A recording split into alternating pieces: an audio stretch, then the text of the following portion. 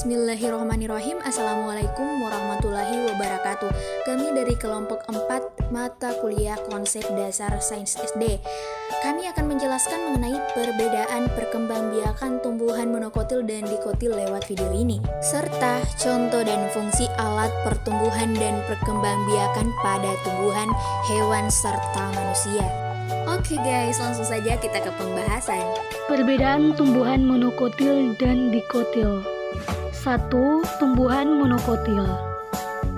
Tumbuhan monokotil adalah tumbuhan yang memiliki biji tunggal atau tidak terbelah. Contoh: jagung, bambu, padi, kangkung, rumput teki, kelapa, kunyit, jahe, anggrek, pisang, nanas, hingga pacing.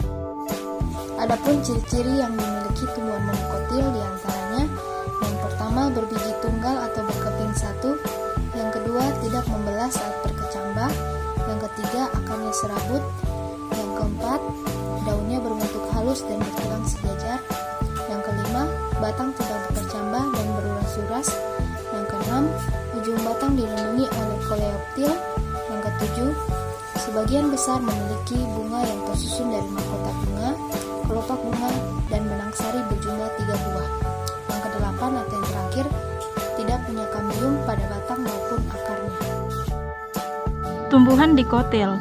Tumbuhan dikotil didefinisikan sebagai tumbuhan yang memiliki biji berkeping 2. Contoh tumbuhan yang masuk dalam kelompok dikotil yaitu mangga, pepaya, cempedak, sirih, belimbing, tanaman karet, pohon jeruk, tumbuhan kacang-kacangan, cabai, hingga tomat.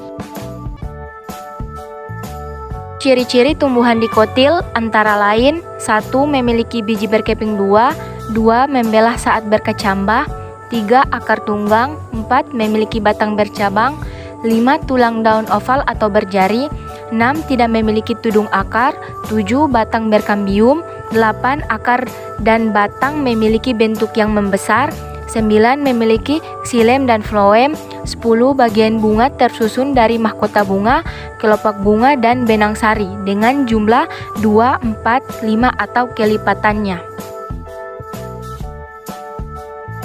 2.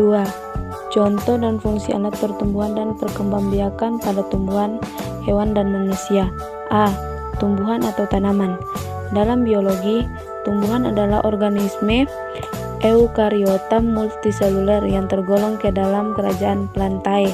Di dalamnya terdiri atas beberapa kelas, yakni tanaman berbunga, Gymnospermae atau tumbuhan berbiji terbuka, Lycopodiopsida, paku-pakuan, lumut, Magnoliopsida, serta sejumlah alga hijau. Contoh dan fungsi dari tumbuhan Magnoliopsida yaitu tomat. Tomat memiliki kandungan lycopene, yaitu salah satu jenis-jenis antioksidan yang diketahui dapat mencegah berbagai penyakit, termasuk kanker. Sebuah penelitian mengungkapkan bahwa konsumsi buah tomat atau produk olahan tomat dapat menurunkan resiko kanker prostat pada pria.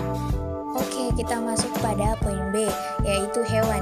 Contoh dan fungsi alat pertumbuhan dari hewan, kita ambil salah satu contohnya, yaitu blastula.